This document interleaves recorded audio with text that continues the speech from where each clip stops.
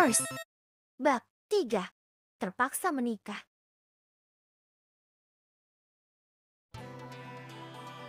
Maaf ya Luna, pagi ini gue mesti berangkat ke kampus. Itu gue udah beliin nasi uduk. Lo sarapan gih. Pagi itu Kevin pamit ke aku karena ada kelas pagi di kampus. Aku sih gak masalah.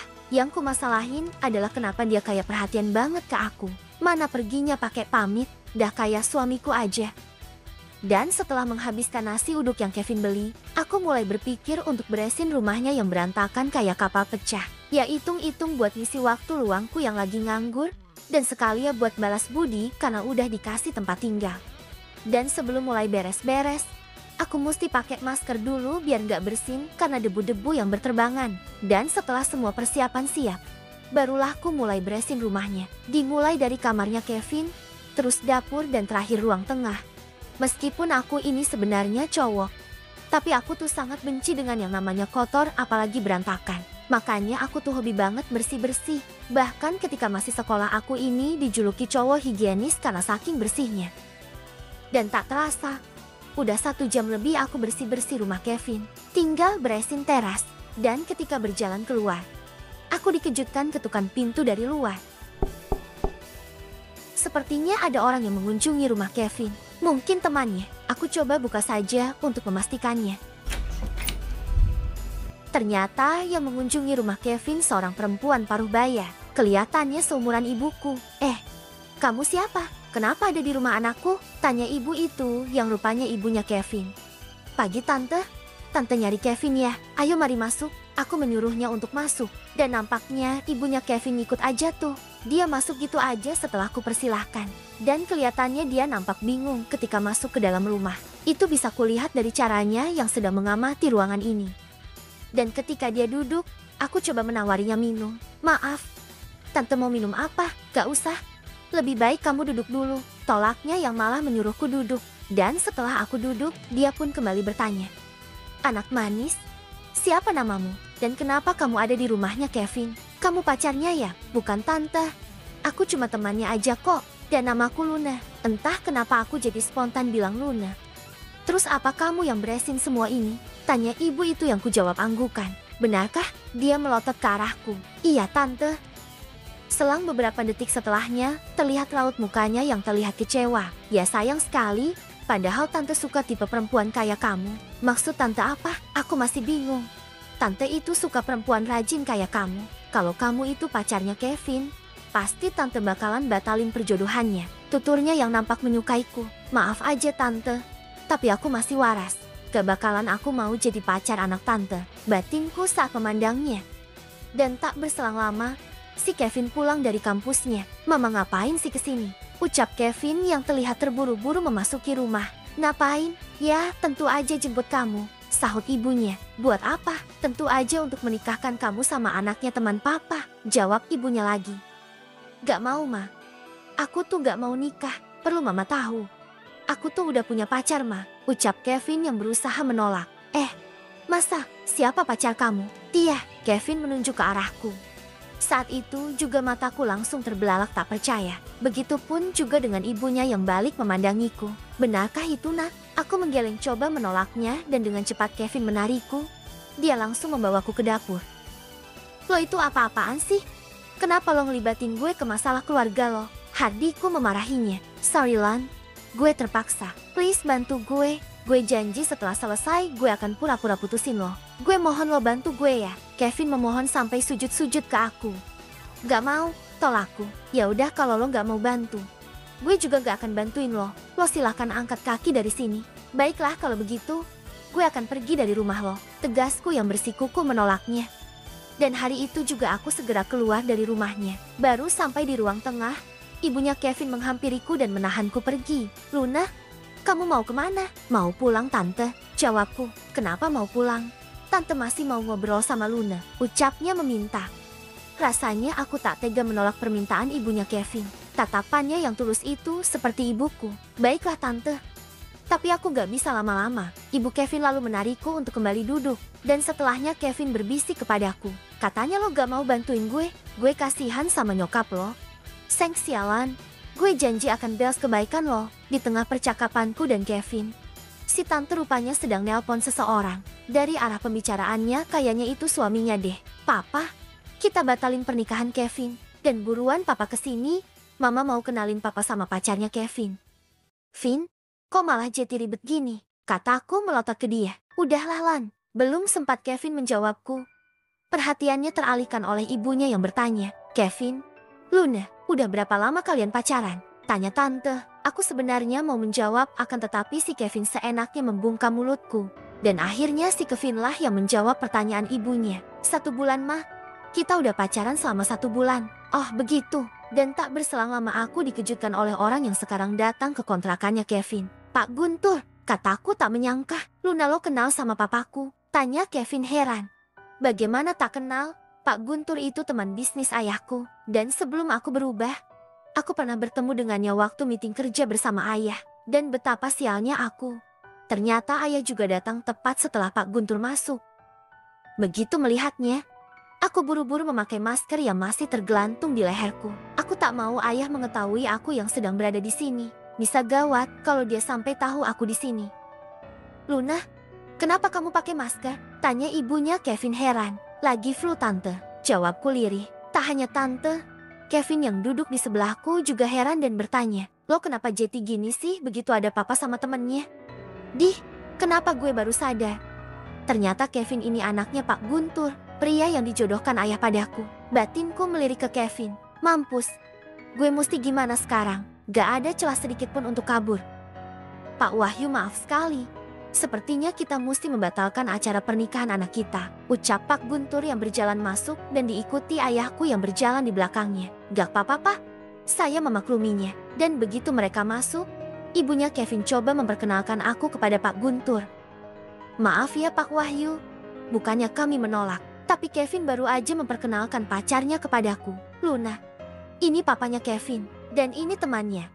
Namanya Pak Wahyu. Seru si tante sambil menunjuk satu persatu orangnya. Saat itu aku gemetaran. Terus aku coba mengangguk buat menyapa mereka. Dan tiba-tiba saja si Kevin menarik maskerku sampai terlepas. Ngapain sih? Lo tutupi muka lo, gak sopan. Jejeng. Terjadilah momen menegangkan di sana. Begitu melihatku, ayahku langsung melotot. Tatapannya itu seolah seperti hewan buas yang menemukan mangsanya. Aruna Dwi Ratna, teriaknya saat melihatku. Teriakannya itu membuat semua orang di sana tercengang. Aruna, mana Aruna Pak? Tanya Pak Guntur ke ayahku. Lalu ayah menunjuk jarinya ke arahku. Dan tiba-tiba saja semua orang di sana menatapku. Jadi yang namanya Aruna itu kamu? Tanya tante tak menyangka. Benar sekali Ibu Bianca. Dia itu Aruna yang rencananya akan aku nikahkan dengan putra ibu. Jawab ayahku. Mendengar ucapan ayah, si tante yang baru ku tahu namanya Bianca itu menoleh ke arahku dan Kevin. Luna kok kamu gak bilang sih? Tahu gitu mama cepat-cepat nikahkan kalian. Aku menggeleng coba menolak. Dan beberapa detik setelahnya aku bergegas lari dari sana. Aku ingin melarikan diri lagi. Akan tetapi saat sampai di depan pintu, si Kevin memanggilku. Luna, tunggu. Lihatlah ayahmu.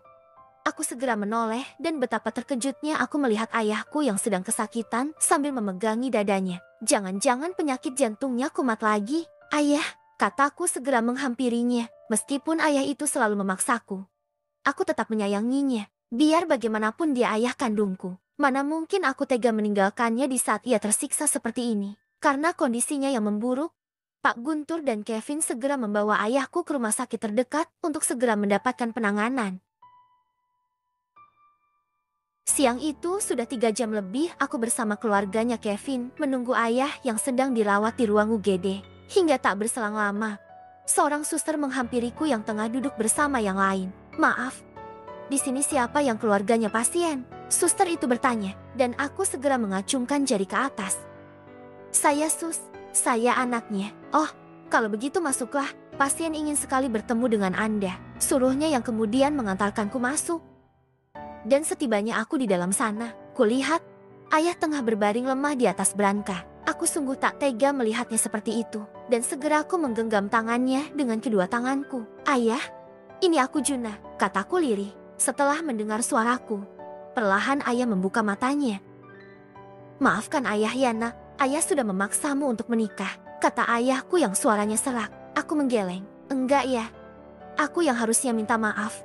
Aruna, Kamu mesti tahu, ayah terpaksa melakukannya karena perusahaan kita yang diambang kebangkrutan. Dan jika perusahaan kita bangkrut, bagaimana nasib orang-orang yang bekerja di perusahaan kita? Karena itu, kamu mau ya menikah?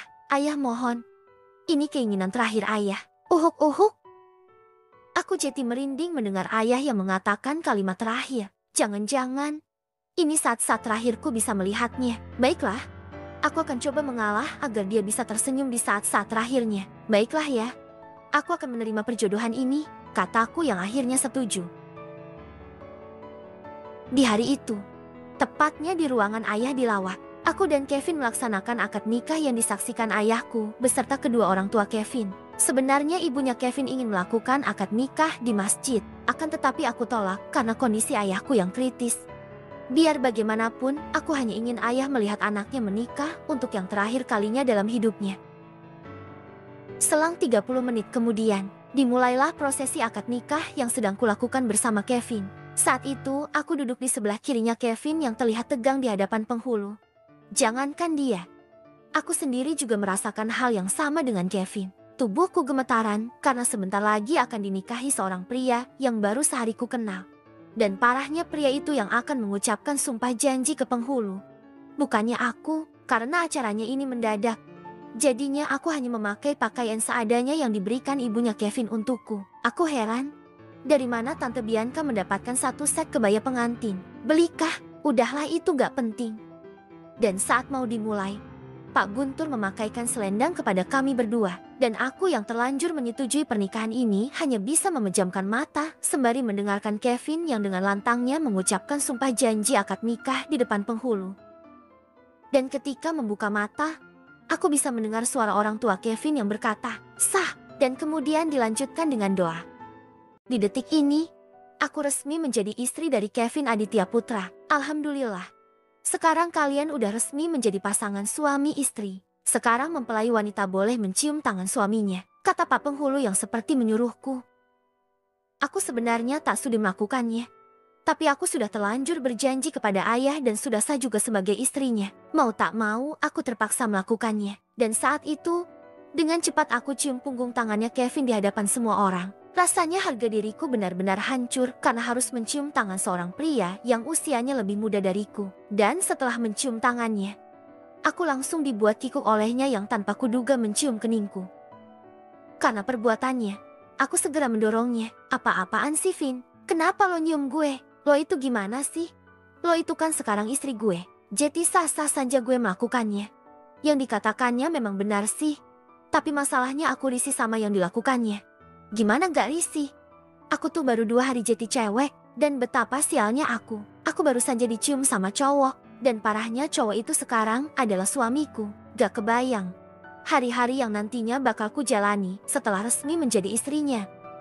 Dan sesaat setelah resmi menikah, Kevin memakaikanku cincin emas yang sebelumnya dijadikan mas kawin itu ke jari manisku. Dan begitu pula denganku yang dipaksa Kevin memakaikannya cincin yang sama ke jarinya. Dan tak berselang lama, aku terkejut melihat ayahku yang bangun dari berangkah. Aku buru-buru menghampirinya karena khawatir. Ayah, gak usah bangun. Lebih baik ayah istirahat saja. Bukankah ayah masih sakit? Kamu bicara apa? Ayah baik-baik aja, jawab ayahku menolak sakit. Bukankah ayah sekarat? Seruku menebak kondisinya. Dan lalu ayah menepuk bahuku untuk menjelaskan kondisinya. Ayah baik-baik saja. Tadi itu ayah cuma pura-pura aja biar kamu setuju menikah. Hahaha.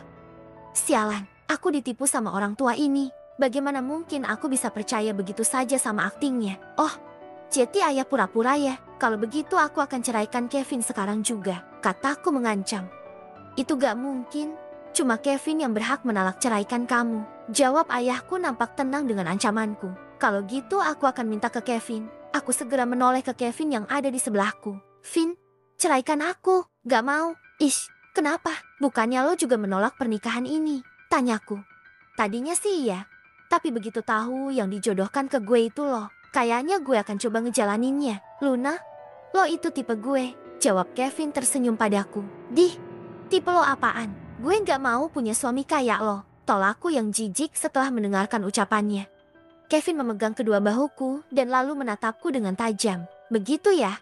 Tapi sekarang lo udah jadi istri gue. Lo tenang aja. Gue janji akan lindungi lo. Gak akan gue biarin lo sampai mau bunuh diri lagi. Luna, gue akan bikin lo bahagia. Aku segera melepaskan pegangannya sembari menolaknya. Enggak, gue gak mungkin bahagia hidup sama lo. Lo lupa, kita udah semalam bersama. Dan nampaknya lo senang-senang aja tuh. Lo gak bisa jadiin itu sebagai alasan. Ya terserah. Tapi nyatanya gue sekarang ini suamimu. Dan hukumnya, istri itu wajib ngikutin suami. Aku benar-benar tak berdaya saat mendengar ucapannya yang mengatasnamakan suami. Posisiku yang sekarang ini kalah sama dia. Aruna, dengarkan ayah. Yang dikatakan Nak Kevin itu benar. Mulai hari ini kamu akan tinggal bersamanya. Dan kamu wajib mengikutinya, sahut ayah menasehatiku. Aruna. Terus panggil aku Aruna. Aku itu Arjuna ya. Ayah lupa aku ini putramu. Saking stresnya sama masalahku. Aku sampai keceplosan mengatakan rahasiaku yang nampaknya membuat semuanya tercengang. Arjuna, seru Kevin yang nampak ingat dengan nama itu. Ayah, apa maksudnya ini? Kenapa dia mengaku-ngaku sebagai Arjuna? Kevin bertanya ke ayahku. Kevin, jangan dengarkan dia. Dia itu punya gangguan psikologis yang membuatnya seolah-olah merasa dirinya adalah kakaknya. Bukankah kamu kemarin memergokinya coba bunuh diri? Nampaknya penjelasan ayahku dipercaya oleh Kevin. Dan dia malah nampak kasihan ke aku. Kevin segera memelukku untuk mencoba menghiburku. Luna, lo tenang aja selama bersama gue. Lo boleh menjadi apa aja yang lo mau. Gue akan membantu lo buat sembuh. Sembuh matamu, gue gak sakit. Iya, lo emang gak sakit. Lo puaskan. Aku segera melepaskan pelukannya. Kenapa gue pusing? Udahlah, gue mau pulang. Maaf ya guys, ceritanya bersambung. Jangan lupa ya, support channel ini dengan klik tombol subscribe-nya. Terima kasih dan sampai jumpa.